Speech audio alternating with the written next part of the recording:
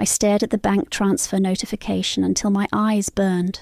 $50,000 to my brother for his art. The same brother who still lived at home at 25, who hadn't held a real job since his brief stint as a barista 3 years ago. The same parents who'd told me just 4 days earlier that money was too tight to help with my business loan. My name is Margaret, and I've always been the responsible one, the planner, the one who colour-coded her homework in high school and graduated college with honours while working 2 jobs. Now, at 28, I was about to launch an eco-packaging company that could revolutionise how small businesses handle their shipping materials. All I needed was start-up capital. "Honey, we just can't right now," Mom had said, wringing her hands in that nervous way of hers. "Your father and I need to think about retirement." Dad hadn't even looked up from his newspaper. "Sometimes you need to learn to do things on your own, Margaret." I'd swallowed my pride asking them for help, showed them my business plan, my market research, my projected returns. I'd even offered to make it a formal loan with interest, but no, money was tight, until it wasn't. "Hey, you still helping me with that spreadsheet thing?" Mom called from the kitchen. "The banking website is acting up again." "Coming," I replied, my voice steady despite the rage burning in my throat. I'd been helping them with tech stuff for years, setting up their online banking, troubleshooting their phones, teaching Mom how to use Excel. That's how I had access to their accounts in the first place.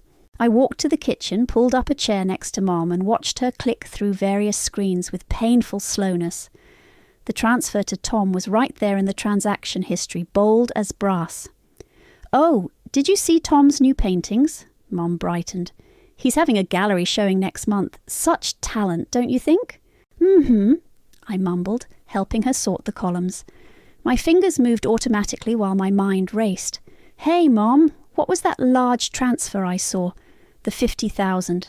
She stiffened slightly.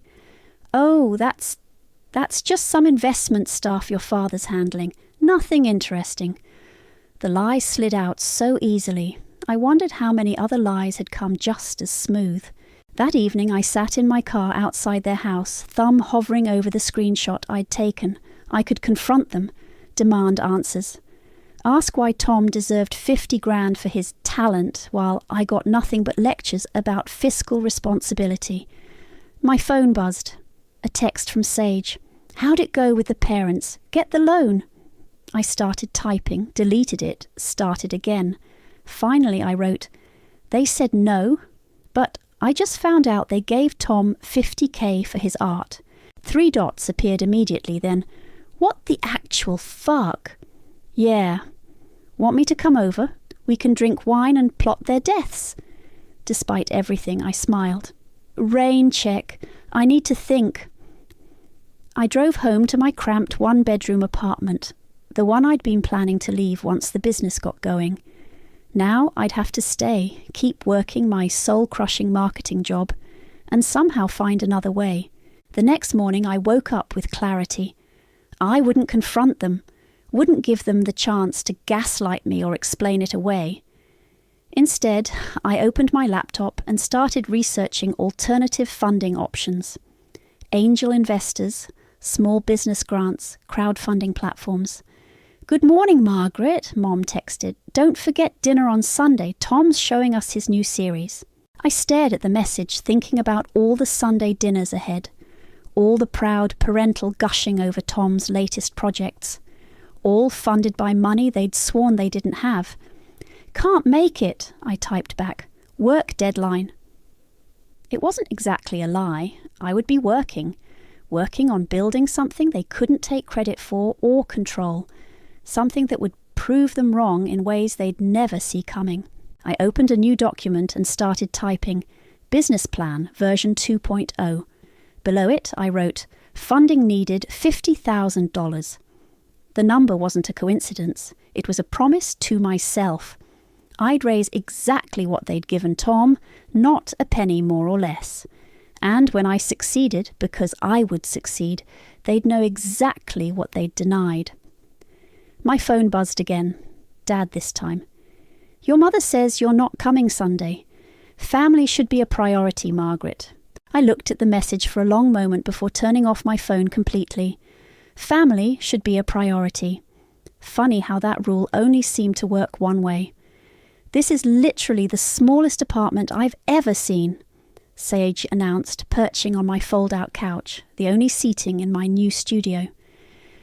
Are those mushrooms growing in the corner? They add character, I said, stirring our instant ramen. And it's all I can afford, while saving every penny for the business. 3 months had passed since the $50K revelation.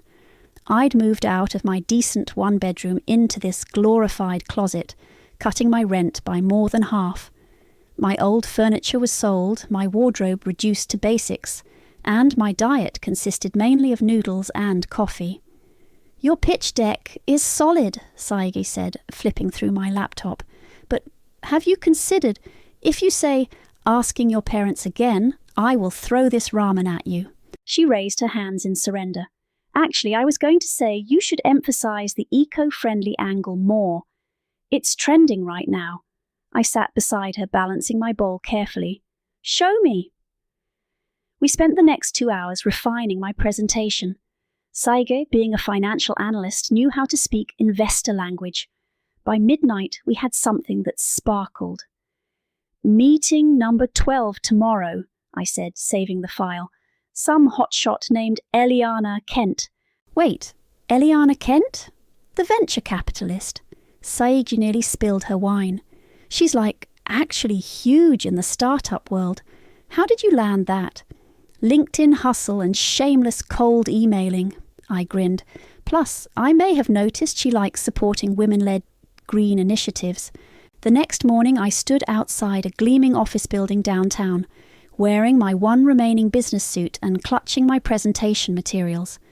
My phone buzzed. Mom, again. I ignored it like I'd been ignoring most family communications lately. Eliana Kent was nothing like I expected. Instead of some stern corporate type, she was wearing jeans and had purple streaks in her hair. She cut straight to the chase.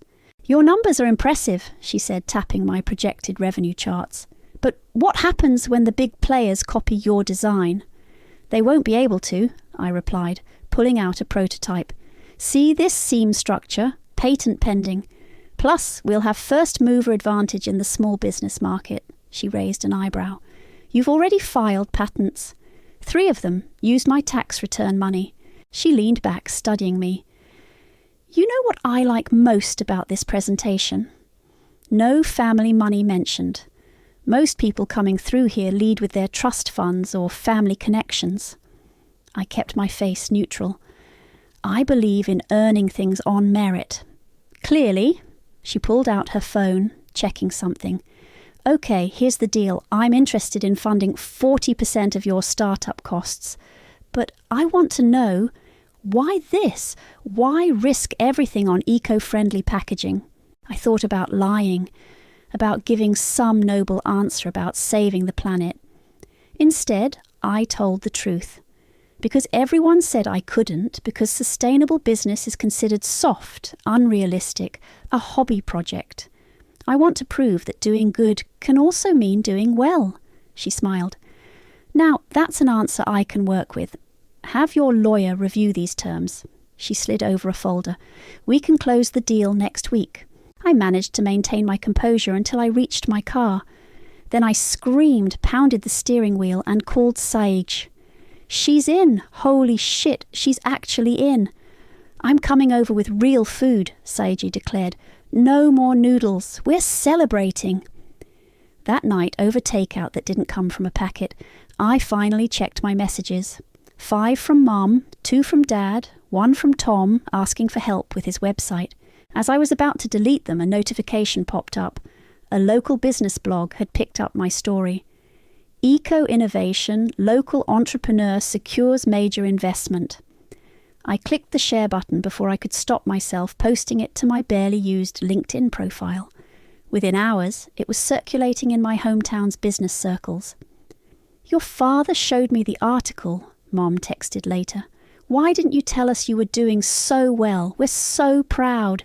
I stared at those words. So proud until they blurred.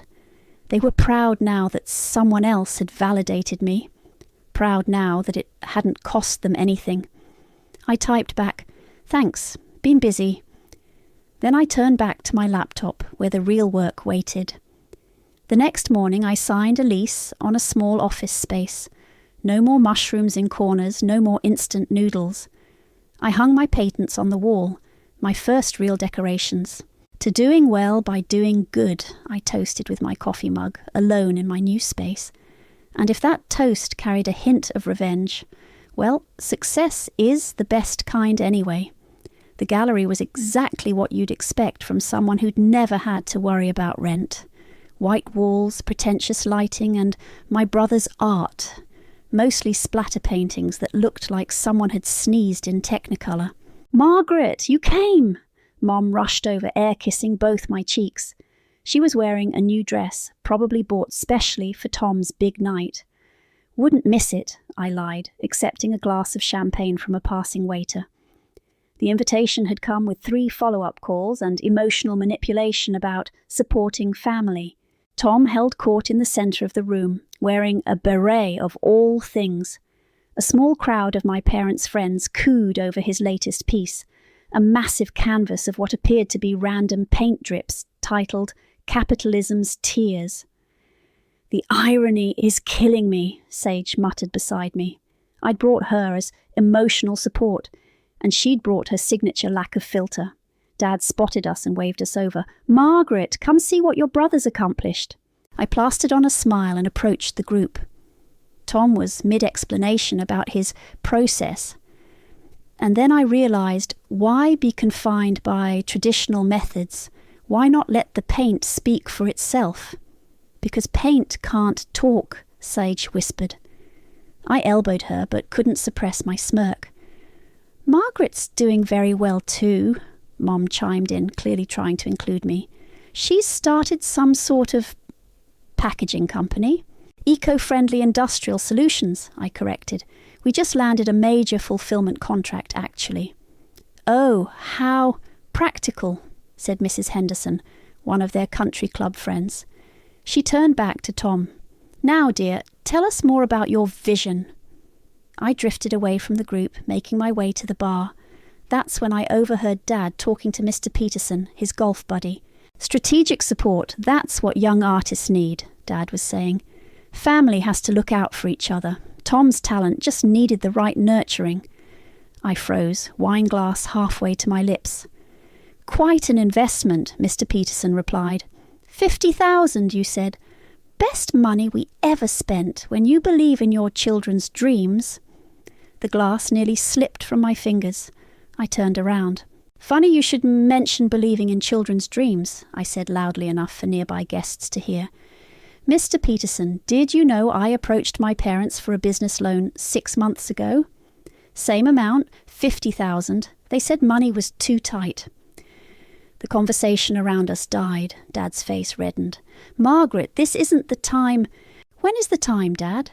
When Tom needs another strategic investment? Or when my company's successful enough that you can brag about it without mentioning you contributed nothing?" Mr. Peterson looked between us uncomfortably. "I should get some more wine." "Margaret," Mom appeared at my elbow, her smile strained.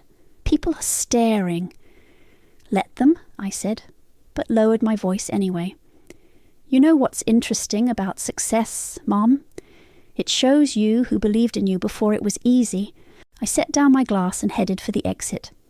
Behind me, I could hear Tom asking, "What's her problem? This is my night." The cool air outside helped clear my head. I was fumbling for my car keys when I heard footsteps. "Margaret, wait!" Mum caught my arm. "What's wrong with you lately? You've been so distant, so angry." I turned to face her, suddenly tired of the pretense. "Wait 6 months." "What?" "Just wait 6 months, Mom. See how things play out. Maybe then you'll understand why I'm angry." Her face crumpled in confusion. "Your gallery opening was lovely," I cut her off. "Tell Tom congratulations on his paint drips." Seiji was waiting by my car.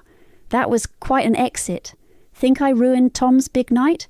Honey, those paintings ruined Tom's big night. You just provided some actual entertainment. She paused.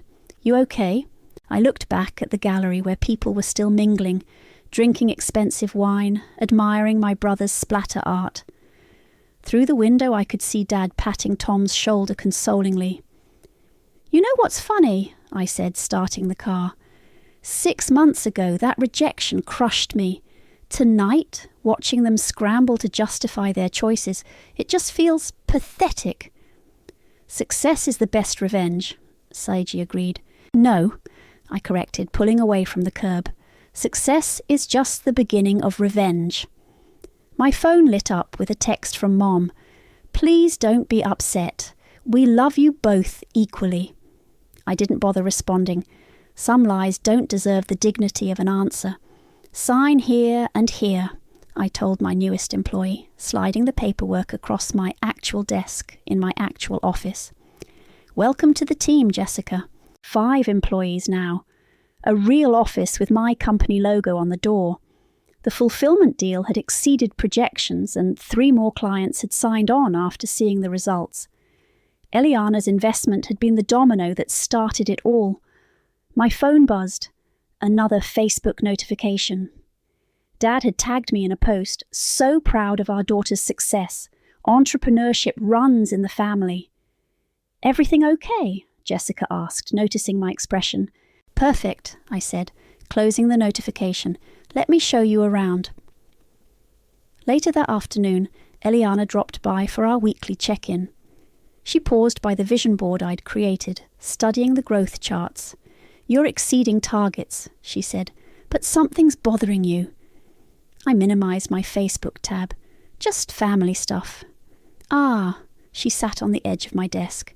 The same family that wouldn't invest? My father's trying to take credit now, posting about how proud they are, how entrepreneurship runs in the family. I laughed bitterly. Funny how that gene skipped me when I needed startup capital. Eliana was quiet for a moment. You know you can block them, right? I blinked. What? From social media, you don't owe them a front row seat to your success. The thought had never occurred to me. I'd been so focused on proving them wrong, I hadn't considered simply removing them from the equation. It's not just about the money, I found myself saying. When I was 12, Tom crashed Dad's car. Instead of punishing him, they bought him driving lessons. When I got straight A's, they said, that's expected. When Tom barely passed, they threw a party. Sounds familiar, Eliana said. My brother was the golden child too. Want to know what I did? What? I succeeded so hard they became irrelevant, she stood up. By the way, that eco-materials conference next month, they want you as a keynote speaker. After she left, I opened Facebook and hovered over the block button on Dad's profile. A memory surfaced. Me at 16, proudly showing him my business class project. He'd barely glanced up from Tom's latest short film. I clicked block, then Mom's profile, then Tom's. My phone rang immediately. Mom, Margaret, your father's post disappeared. Is something wrong with Facebook? Nothing's wrong, I said. I blocked you all. Silence, then. But why would you do that? We're just trying to support you. Support me? I couldn't help laughing. Mum, you're trying to piggyback on my success after betting on the wrong child. There's a difference. That's not fair. We gave Tom that money because he's Tom, I finished. I know. I've always known. Goodbye, Mom. I hung up and turned back to my computer, where a draft of my keynote speech waited. The title read, Building Success from Scratch, A Guide to Bootstrap Innovation. My office door opened and Seiji walked in carrying coffee. You look like you just fought a war. Blocked my family on social media. Mum called to complain. Finally, she set down my coffee. Only took you 28 years to set boundaries. Remember that summer I worked 2 jobs to pay for business classes? I asked suddenly. Mom kept saying they couldn't afford to help, but they sent Tom to film camp that same month. I remember, you cried in my car. I didn't just cry, I swore I'd never need their help again. I took a sip of coffee. Guess some promises you actually keep. My desk phone buzzed. My assistant. Your brother's here. Tell him I'm in a meeting. He says he's not leaving until you talk to him. I sighed. Send him in. Tom burst through the door, beret free this time. What the hell, Margaret? Mum's crying because of you. Mum's crying because her attempt to rewrite history got blocked. Literally. They're trying to support you. No, I said calmly. They're trying to claim credit for success they actively tried to prevent. There's a difference. You're just jealous because my art... Your art? I stood up. Your art that cost exactly $50,000, the same amount I needed to start this company, the company that now employs 5 people and has 3 patents. That's not art, Tom. That's privilege painted in acrylics. He stepped back, face red. You've changed. No, I've grown up. You should try it. After he left, Saige whistled low. Damn! My phone lit up with a voicemail notification. Mom again, voice shaky. Can we talk? It's about the house. I stared at the phone, something cold settling in my stomach. After all this time, they still only called when they needed something. Want me to delete it? Saige offered. No, I said slowly. I want to hear exactly what kind of help they need now. Mum's hands shook as she stirred her coffee. We sat in a quiet corner of a cafe, neutral territory, while she avoided meeting my eyes. The market crashed, she said finally. Our adjustable rate mortgage. It's more than doubled.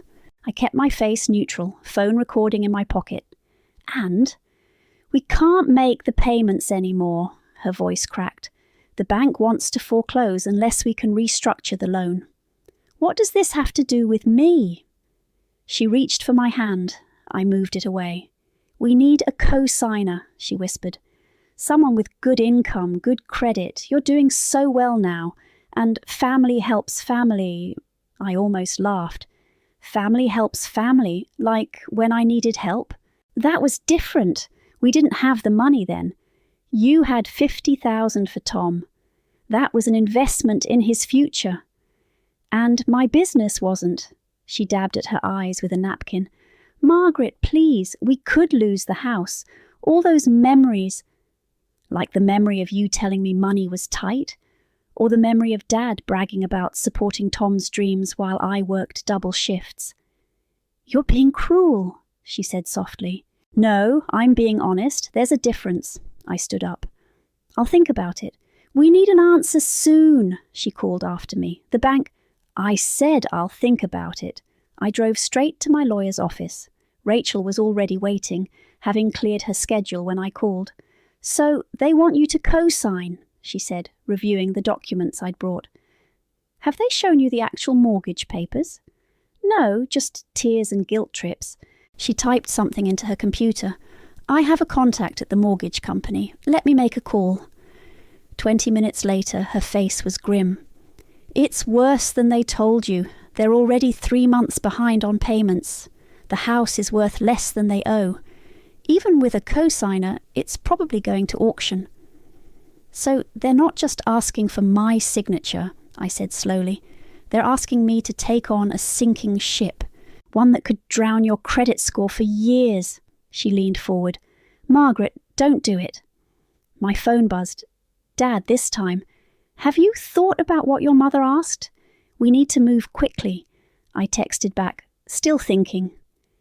That evening, Saige came over with wine. You're not seriously considering it, are you? Of course not. I poured us both generous glasses. But I want to know how deep this hole goes, how many other lies they're telling. You know what's ironic? Saige said. If they'd helped you 6 months ago, you'd probably be willing to help them now. That's not irony, I replied. That's karma. My phone lit up again, a number I didn't recognize. Is this Margaret? A woman's voice asked. This is Audrey Hamilton from First State Mortgage. Your mother listed you as a potential co-signer. Did she tell you I agreed to this? Well, no, but then why are you calling me? Silence. Then, Miss Summers, to be frank, your parents' situation is dire. Without intervention, Let me be equally frank, I cut in. My parents made financial decisions without consulting me.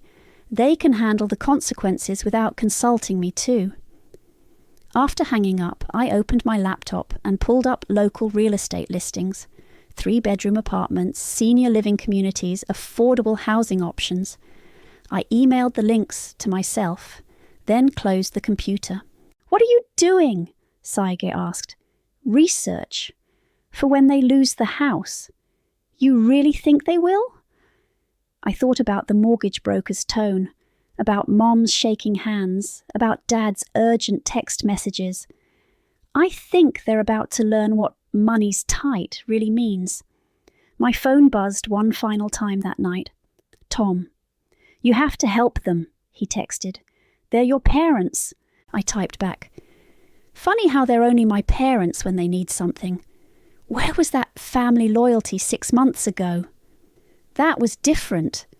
You're right, I replied. It was different.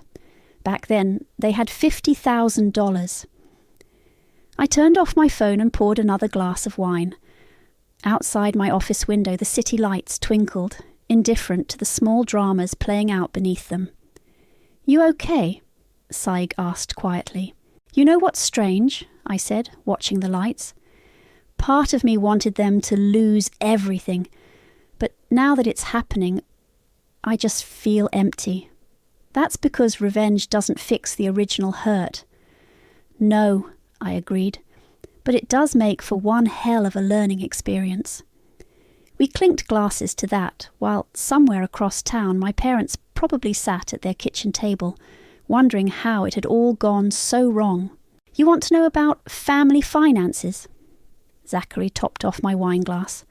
My cousin had always been the family record keeper, the one who remembered every birthday, every anniversary, every financial drama. Why now? We sat on his back porch, the summer evening warm around us. I'd driven out to his place under the pretense of catching up, but we both knew better. Just trying to understand some things, I said. Like when the money problems really started. He snorted. Which ones? The failed restaurant Dad convinced your parents to invest in? Tom's video production company? The timeshare disaster? I nearly choked on my wine. Tom had a video production company? Oh, shit. Zachary's face fell. You didn't know about that? When was this? He shifted uncomfortably. About 6 years ago, right before you started college. Something cold settled in my stomach. Tell me everything. It was supposed to be the next big thing. Wedding videos, corporate stuff. Your parents invested pretty heavily. How heavily? He wouldn't meet my eyes. Around 40,000. The wine turned sour in my mouth. Where did they get that kind of money? Zachary stood up abruptly. I need another bottle. Zach, he paused at the door. You should ask them about this. I'm asking you. He sighed, shoulders slumping. It was your college fund, Marg. They used your college fund. The world tilted sideways. What college fund? The one your grandparents set up when you were born. It was supposed to be split between you and Tom, but... He trailed off. But they gave it all to him. They said they'd pay you back before you needed it, but then the company failed and Tom needed more money for equipment and... I stood up so fast my wine glass tipped over, red, spreading across the deck like blood. That's why they couldn't help with tuition, why I had to work through school, take out loans. Marg, all those double shifts, all those nights I studied in my car between jobs because I couldn't afford campus housing. They let me do that, knowing... They thought Tom's company would succeed, he said weakly. They thought they'd make it back. Where are Mum's old financial records? My voice sounded strange, distant. The ones she used to keep in those blue folders. Probably still in the house, in her office. I had a key. They'd never asked for it back. I need to go.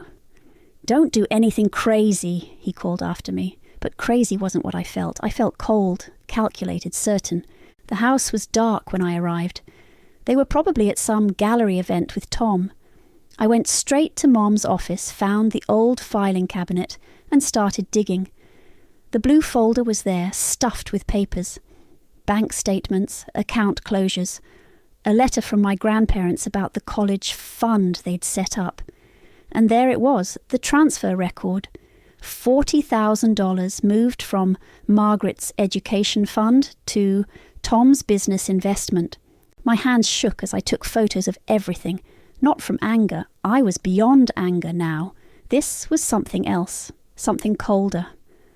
My phone buzzed. Seiji, where are you? You're not answering texts. At my parents' house, finding out why I had to work through college. What? They took my college fund, gave it to Tom for some failed video company. Silence. Then, I'm coming to get you. No, I need to finish this. I kept taking photos, documenting everything. Every transfer, every decision they'd made with money that should have been mine. A car door slammed outside. I quickly replaced the folder, locked the cabinet, and slipped out the back door just as the front door opened. Margaret! Mom called into the darkness. Is that your car? I didn't answer, just drove until I reached my office. The photos uploaded easily to my laptop, each one a piece of evidence, each one a nail in the coffin of their excuses. My phone lit up with texts. Mum, were you at the house? Dad, call us immediately. Tom, what are you doing? I ignored them all and opened a new presentation file. The title slide read, A History of Family Finance. What are you planning? Sage asked when I finally called her back. Remember how Mom always said sunshine is the best disinfectant? Yeah? Time to let some light in. I started arranging the photos in chronological order, building a timeline of betrayal. They wanted to talk about family. Fine, let's talk about everything. Thank you all for coming, I said, standing in my office conference room. My parents sat stiffly in their chairs, while Tom slouched beside them. I thought we should discuss the co-signing situation properly. Finally, Dad said, Yayo, we've been trying to reach you for days. I connected my laptop to the projector. Before we talk about your financial future, let's review your financial past. The first slide appeared, the screenshot of Tom's $50,000 art fund transfer. Margaret, Mum started, we can explain. No interruptions, please. My voice was steady. This is a presentation, not a conversation. Next slide. The recorded phone conversation with Mom about the house, played in crystal clear audio. You recorded me? Mum's face went pale. Always get things in writing, I said. Isn't that what you taught me, Dad? The next slide made Tom sit up straight, his failed video production company's documents. And now, I said, clicking forward, the crown jewel. The college fund transfer document filled the screen. Mum covered her mouth. Dad's face turned red. But Tom looked confused. What's that? He asked. That, dear brother, is the transfer record showing how our grandparents' college fund, meant for both of us, went entirely to your failed business venture. Tom turned to our parents. What is she talking about? We were going to pay it back, Dad said quickly. We thought the company would succeed. You took her college fund? Tom stood up. That's why she had to work through school while I was getting equipment upgrades? Sit down, Tom, Dad ordered. No. I raised my hand. Let him process this. Let him understand why I worked double shifts while he got new cameras, why I studied in my car while he had an apartment near campus. We believed in his potential, Mom whispered. And what about my potential? My voice cracked for the first time. What about my straight A's, my business plans, my dreams? That's different, Dad started. Because I'm a girl, because I'm not the baby, because I didn't need you enough. Silence filled the room. The projector hummed softly. So here's what's going to happen, I continued. I'm not co-signing anything. You're going to lose the house, and that's not my problem. If you want help, call Tom. Apparently, he's your retirement plan. You vindictive little... Dad stood up. Careful, I cut him off. Remember who has all the documentation of your financial decisions. Remember who has proof of every lie, every manipulation, every betrayal. Mum was crying now. We're your parents. No, I said quietly. You're Tom's parents. I'm just the daughter who succeeded despite you, not because of you. Tom hadn't moved, still staring at the college fund transfer document. I didn't know, he said finally. I swear, Margaret, I didn't know. I believe you. And surprisingly, I did. But you never asked, did you? Never questioned why everything came so easily to you? He walked out without another word, slamming the door behind him. You've destroyed this family, Dad said, standing to follow him. No, Dad, you did that. I'm just showing everyone the receipts. After they left, Saig emerged from my private office where she'd been listening. You okay? I looked at the final slide still projected on the wall, a simple statement reading, family should be a priority, Dad's own words thrown back at him. You know what's funny? I said, disconnecting my laptop. I thought this would feel better. Revenge usually doesn't. It's not revenge, I corrected. It's consequences. They're just not used to facing them. My phone buzzed with a text from Tom. I'm sorry, I really didn't know. Then another. They always made it seem like you were the strong one, the independent one. I never realized that was just their excuse. I stared at his messages, feeling something shift inside me. Not forgiveness exactly, but maybe understanding. What now? Saig asked. Now? I closed my laptop. Now I go back to building something they can't take credit for or take away from me. And them? They'll figure it out, or they won't. Not my problem anymore. As if on cue, Mom's number flashed on my phone. I declined the call and turned back to my work computer, where actual priorities waited. The family that had failed me might be falling apart, but the company I'd built without them was just getting started. And that, I realized, was the best revenge of all.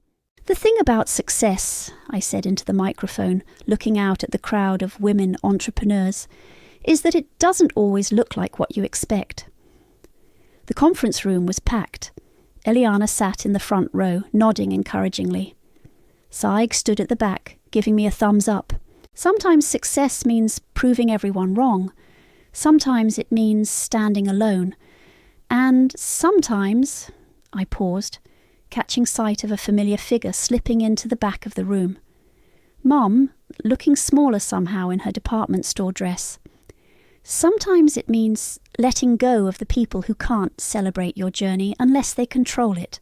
After the speech, I was surrounded by young entrepreneurs, asking questions, sharing stories, seeking advice. Mum waited patiently until the crowd thinned. That was quite a speech, she said softly. Why are you here? We lost the house. She twisted her hands together. We're in an apartment now. Tom moved out. Your father, he's not handling it well. And I owe you an apology. A real one this time. She reached into her purse and pulled out an envelope. This isn't everything, but it's a start.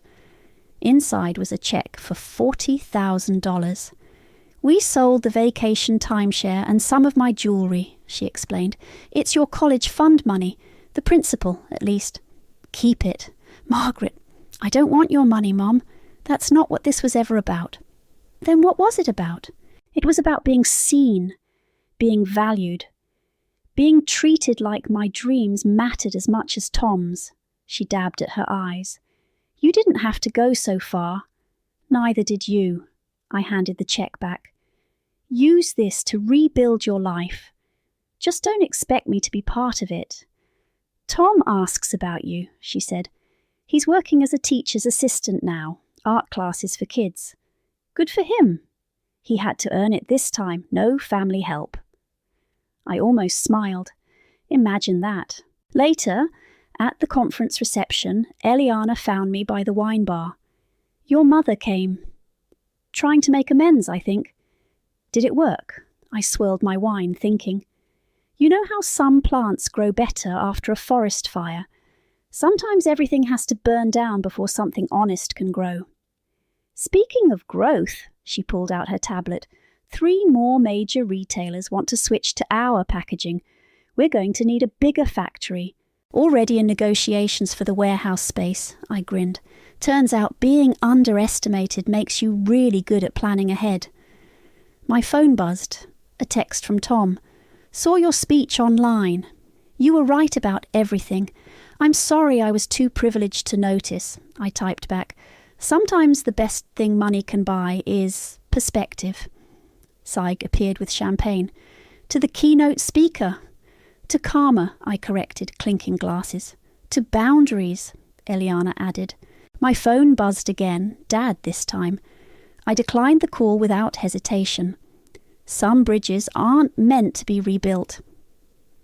You know what the best part is? I said, watching the bubbles rise in my glass. I used to think success would make them proud. Now I realise it made me proud of myself, and that's worth more than any loan they could have given me. Speaking of loans, Saige grinned, guess who just got denied for a business loan at my bank?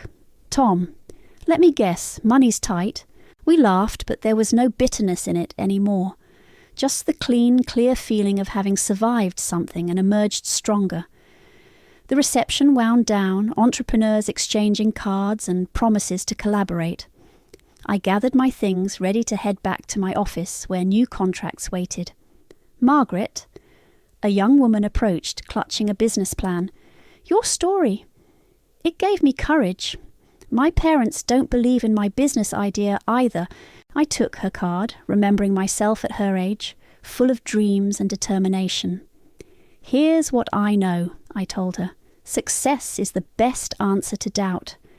And sometimes the people who should believe in you the most are the ones you need to prove wrong the most. Walking to my car, I passed a familiar gallery, the one where Tom had his debut. The windows were papered over, a for lease sign hanging in the door. Everything changes, I thought. Everything evolves. My company had grown beyond revenge now, beyond family drama and old wounds. It had become something entirely its own, just like I had. I started the engine, heading toward my office where my team waited, toward the future I'd built with my own hands, my own grit, and yes, my own rage. Some people call that success. I call it justice.